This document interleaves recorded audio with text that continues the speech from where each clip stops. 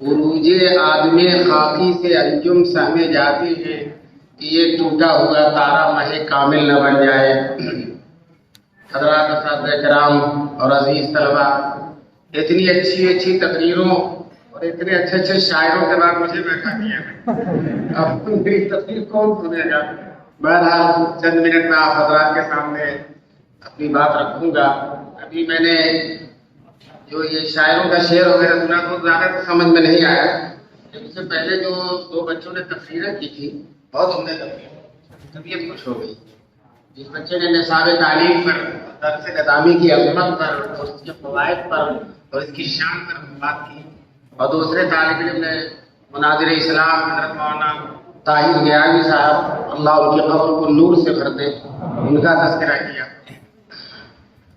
تو نصاب تو یہ ہے، یہی نصاب طاہر گیانی پیدا کرتا ہے، یہی نصاب حضرت مولانا قاسم نانوتوی اور مولانا رشید احمد گنگوہی، حضرت تھانوی اور بڑے بڑے لوگ اسی نصاب سے پیدا ہوئے، اور اس نصاب کا تجربہ یہی ہے کہ ہمارے ملک میں جتنے بڑے بڑے علماء ہیں جنہوں نے دین کی خدمت انجام دی ہے، جیسے شاہ ولی اللہ رحمۃ اللہ علیہ کا پورا خاندان اور فرنگی محل کے لوگوں کا، ان سب کا تھوڑی سی تبدیلی کے ساتھ نصاب سب کا ایک ہی ہے، اور اس نصاب سے بڑے بڑے ہستیاں، بڑے بڑے لوگ پیدا ہوئے، بڑا جامع نصاب ہے۔ اور یہ نصاب جو ہے اس پر لوگ یرغانہ بھی کرتے ہیں، حملے بھی بہت کرتے ہیں، لیکن یہی ایک نصاب ایسا ہے جو حملوں کو برداشت کرتا ہے، اور دوسرے نصاب جہاں پر حملہ کیا جائے تو درہم برہم ہو جائیں گے، ختم ہو جائیں گے، لیکن یہ نصاب بہت دنوں سے حملوں کو برداشت کرتا ہے۔ حضرت علامہ بلیاوی رحمۃ اللہ علیہ فرمایا کرتے تھے کہ جو ہے درس تدریس کا تعلق تین چیزوں سے، طلباء سے، اساتذہ سے اور نصاب سے۔ طلباء سے، اساتذہ سے اور نصاب سے۔ طلباء کو کوئی کہتا نہیں، اساتذہ کو بھی کچھ نہیں کہتا، اور زیادہ تر کس کو کہتا ہے؟ نصاب کو، بیچارہ بے جان ہے اسی کو کہتے رہتے ہیں۔ بہرحال بہت زوردار، بڑا ہی اہم عظیم نصاب ہے، اس میں کوئی کتاب ایسی نہیں ہے جو تبدیلی سے خالی، تبدیلی کے لائق ہو، ساری کتابیں اپنی اپنی جگہ پر بالکل برمحل ہیں۔ مولانا قاسم نانوتوی رحمۃ اللہ علیہ فرمایا کرتے تھے کہ آج کل بہت سے لوگ عالم ہوتے ہیں، عالم کہے جاتے ہیں، سند بھی ہوتی ہے، لیکن وہ عالم نہیں ہوتے۔ عالم کہا جاتا ان کو اور سند بھی ہوتی ہے کسی نہ کسی مدرسے کی، لیکن وہ عالم نہیں کہے جاتے۔ پھر حضرت نے فرمایا ہے عالم وہ ہے کم سے کم درس نظامی میں جتنی کتابیں ہیں ان کو مطالعہ کر کے وہ پڑھا سکتے۔ تو دوستو، ہم طلبہ سے یہی کہتے ہیں کہ جیسے درس نظامی میں جتنی کتابیں ہیں، حتیٰ کہ مرضی بھی ہے اور سلم ہے، جتنی بھی کتابیں ہیں ان سب پر محنت کرو، اس لیے کہ ان میں سے کسی میں اگر کمی رہ گئی تو تم عالم نہیں ہو پاؤ گے۔ مولانا نے یہ کہا کہ درس نظامی میں جتنی کتابیں ہیں ان سب کو مطالعہ کر کے پڑھا، اور ہر کتاب، ہر فن اپنی اپنی جگہ پر بہت اہم ہے۔ جو فلسفہ ہے وہ بھی بہت اہم ہے، اس سے بہت سارے مسائل کی گتھیاں الجھتی ہیں، چیزوں کا سمجھنا آتا، اور منطق بھی بہت اہم ہے، اور حدیث، تفسیر، فقہ تو اہم ہے ہی۔ علم دین فقہ تو تفسیر و حدیث، ہر کی خانت جو زدی گردت خبیث، مولانا نے فرمایا ہے، مولانا روم فرماتے ہیں علم دین فقہ تو تفسیر و حدیث، علم دین فقہ ہے اور تفسیر ہے اور حدیث ہے، اور جو اس کے علاوہ اور کچھ پڑھتا ہو کیا ہو جاتا ہے؟ خبیث ہو جاتا۔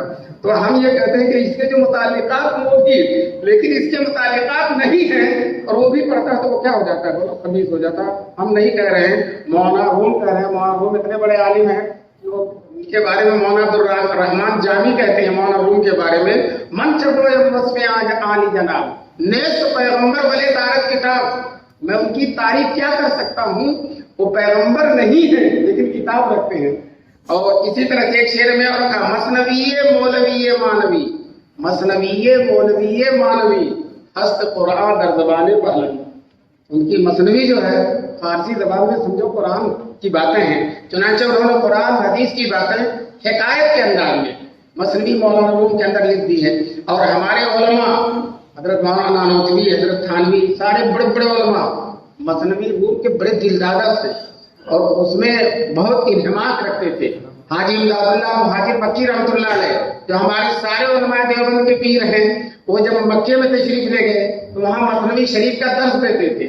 और उनके दर्स में जब हजरत थानवी रहमतुल्लाह अलैह 6 महीने के लिए वहाँ गए थे, तो वो दर्स में हाजी इमदादुल्लाह के दर्स में मसनवी में कागज कलम लेकर बैठते थे। और हालांकि हाजी साहब सिर्फ काफिया तक पढ़े हुए थे, और हजरत थानवी क्या पूछना हकीमुल उम्मत है, अल्लामा दौरा है, लेकिन कागज कलम लेकर नोट। फिर उन्होंने जो उस्ताद हाजी साहब से पढ़ा था उसको कई जिल्दों में जो है कलीदे मसनवी के नाम से लिखा, और मसनवी को पूरा हल कर दिया उर्दू में। अगर कोई तालिब चाहे मसनवी को हल करना तो कलीदे मसनवी ले ले, वो पाकिस्तान से छपी, अब शायद देवबंद में भी छपी है। और अल्लामा इकबाल जो बहुत बड़े शायर गुजरे हैं, शायर साहब कहाँ चले गए, उनसे भी बड़े शायर थे अल्लामा इकबाल। वो मसनवी मौला रूम के बहुत अपने को मुरीद हिंदी कहते हैं और उनको पीर रूमी कहते हैं। उनका एक शेर होगा, उन्हें अपना शेर लिखेंगे और उनके शेर से मुस्तफाद होता है।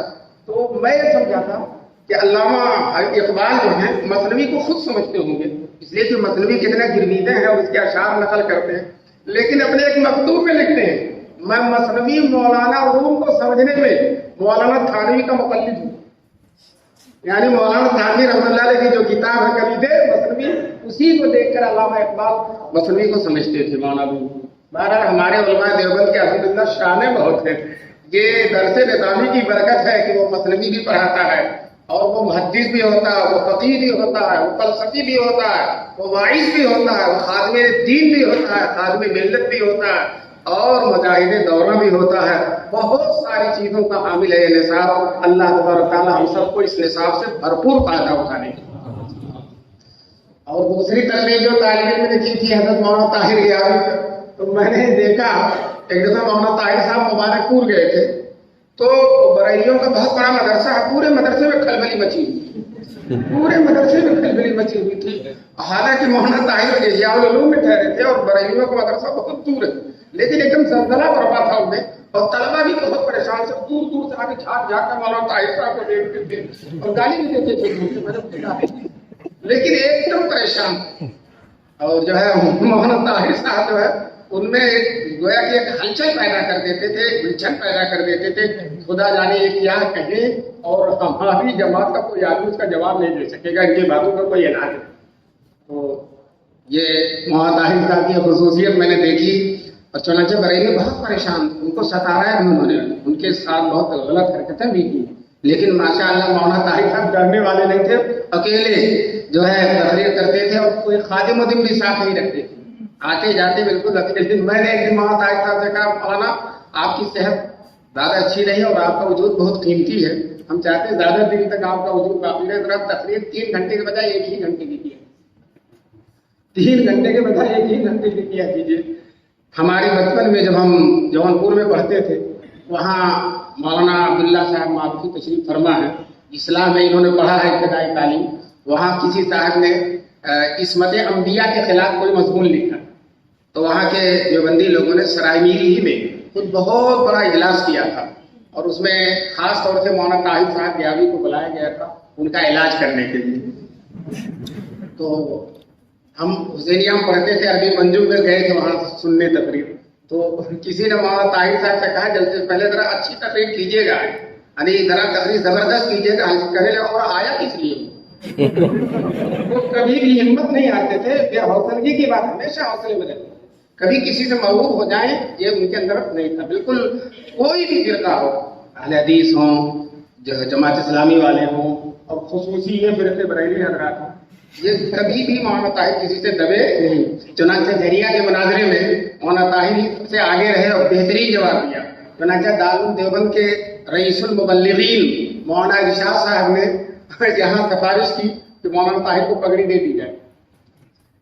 दारुल की बारिशों की आखिर में कुछ गड़बड़ी हो गई थी, फारिग नहीं हो सके थे, लेकिन सारा फैज नहीं से लेकर गए, और दारुल ही के खादिम थे और दारुल ही के फैज पहुँचाने वाले थे, और अरबी हफ्तों में पढ़ते थे, कुछ स्ट्राइक वगैरह हो गई थी, तो कुछ लड़के मतलब उन्होंने मदरसे से अलग होकर ईदगाह में मदरसा शुरू कर दिया, और मौलाना ताहिर ने दौरे की किताब पढ़ना शुरू कर दिया।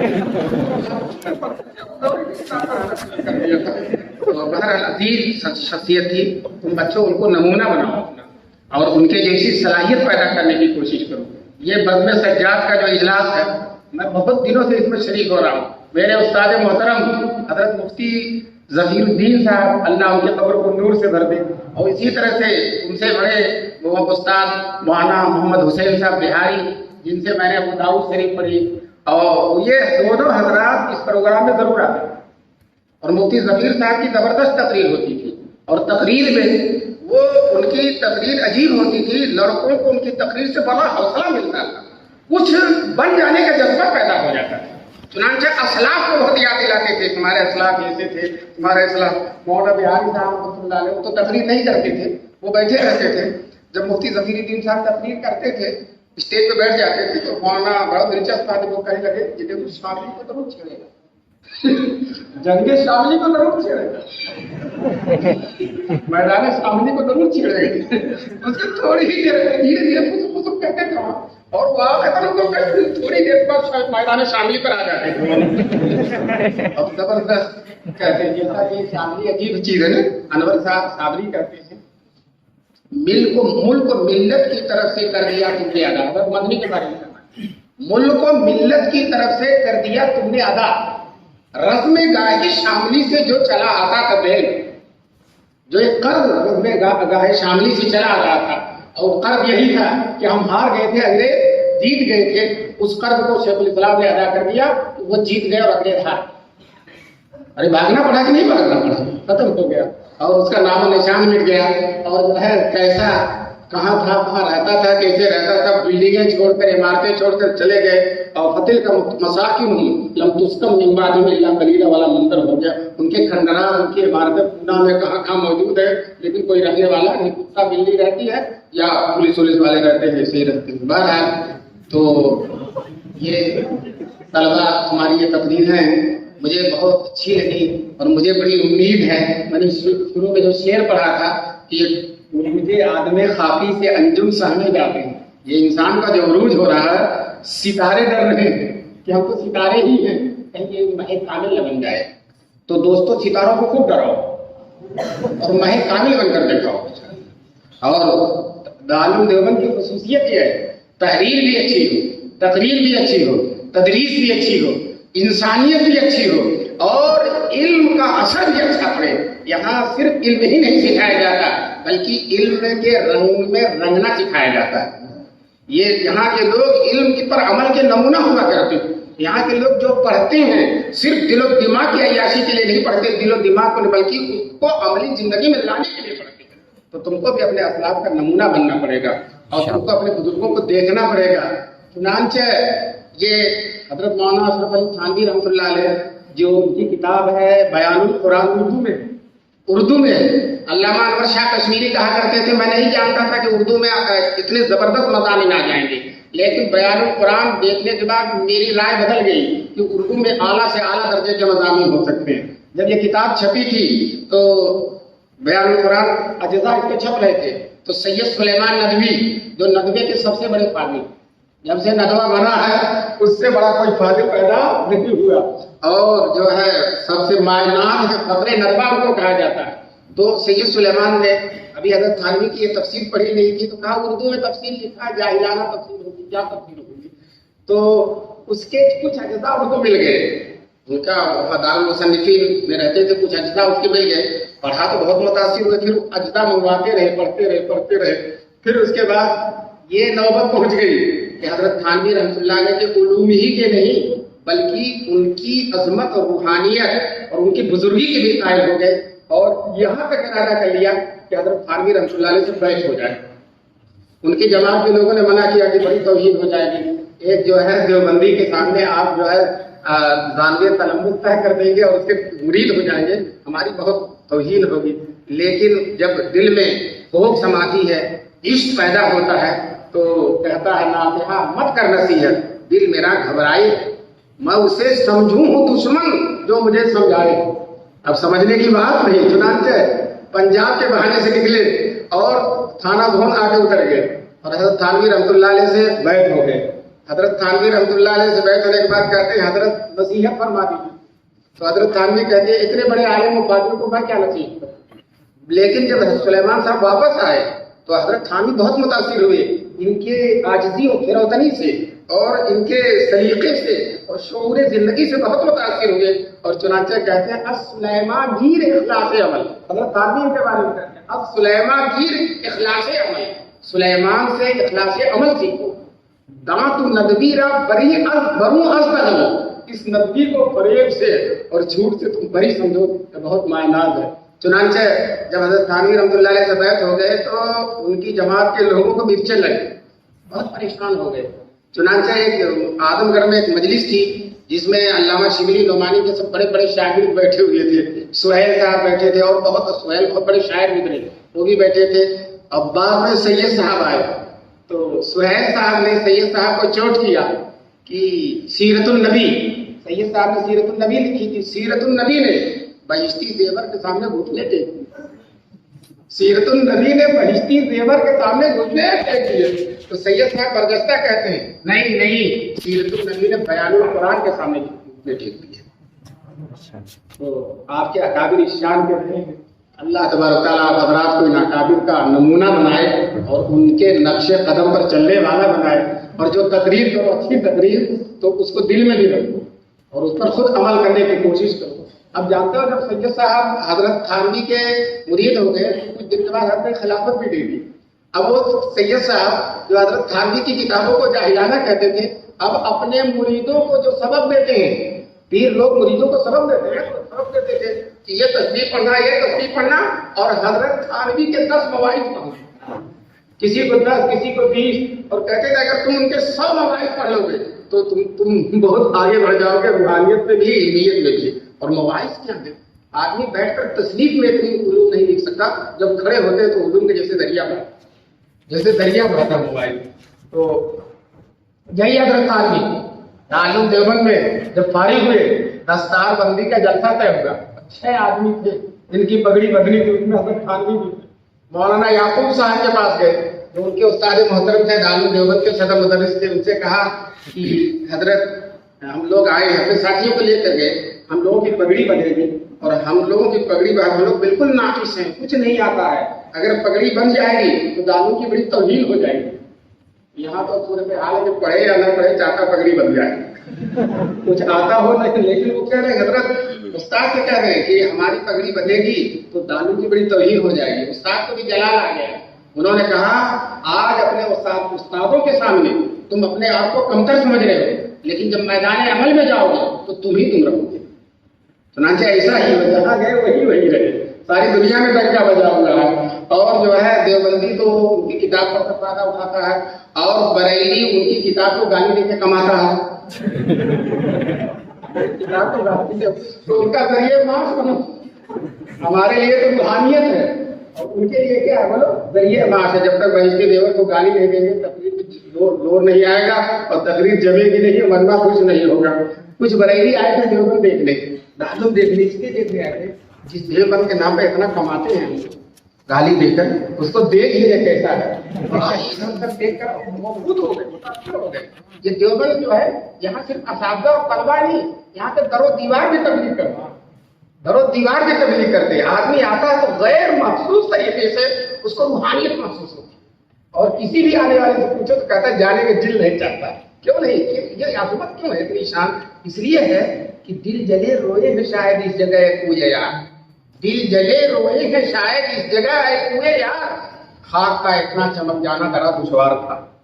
अरे अल्लाह वाले रोए हैं और आंसू बहाए हैं, ये आंसुओं का मदरसा है, या आहों जो है रात में सिथियां लेने का मदरसा है, तहज्जुद में पेशानी लगाने वालों का मदरसा है। इसलिए इंशाअल्लाह ये मदरसा क़यामत खत्म करने वाला नहीं, तलबा भी रहेंगे, ये चमन यूं ही रहेगा और हजारों बुलबुलें, ये चमन यूं ही रहेगा और हजारों बुलबुलें अपनी अपनी बोलियां सब बोलकर उड़ जाएंगे। तो मैं चाहता हूँ बुलबुलों को कि जरा अच्छी बोली बोल के देखो, अच्छी बोली बोल के उड़ो। और तुम यहाँ से जाओ तो यहाँ तुमको याद रखे, देखो मौलाना ताहिर साहब दारुल के पढ़े हैं और जो है आज उनको याद किया जाए, तुम भी ऐसे बनकर जाओ, तुम्हें क्या किया जाए। और ये दारुल हदीस में जो लड़के तकरीर कर लेते हैं उनसे बड़ा मुकर्रिर दुनिया में कोई नहीं होता। मौलाना अबुल वफा साहब शाहजहांपुरी तूतिए हिंद कहे जाते हैं, इतनी उम्दा तकलीफ करते थे कि एक दफा बरेलियों में चले गए। बरेलियों को बताया नहीं कि मैं देवबंदी हूँ, तो बरेलियों ने तय किया हमेशा यही मौलाना बुलाए जाएगा, हालांकि वो देवबंदी थे, हमेशा यही मौलाना बुलाए जाएंगे। तो पूरे हिंदुस्तान में तकलीफ करते थे। अगर इधर बारिश होती थी तो मद्रास चले जाते थे, वहां उनकी तकलीफ, पूरे साल में कोई दिन खाली नहीं रहता था उनका। लेकिन मालूम आए तो तलबा ने कहा यहाँ तकलीफ की, यहाँ जब तकलीफ किया तो कहे आज मैं मुकर्रिर हो गया हूँ जब दारुल हदीस से तकलीफ कर लिया।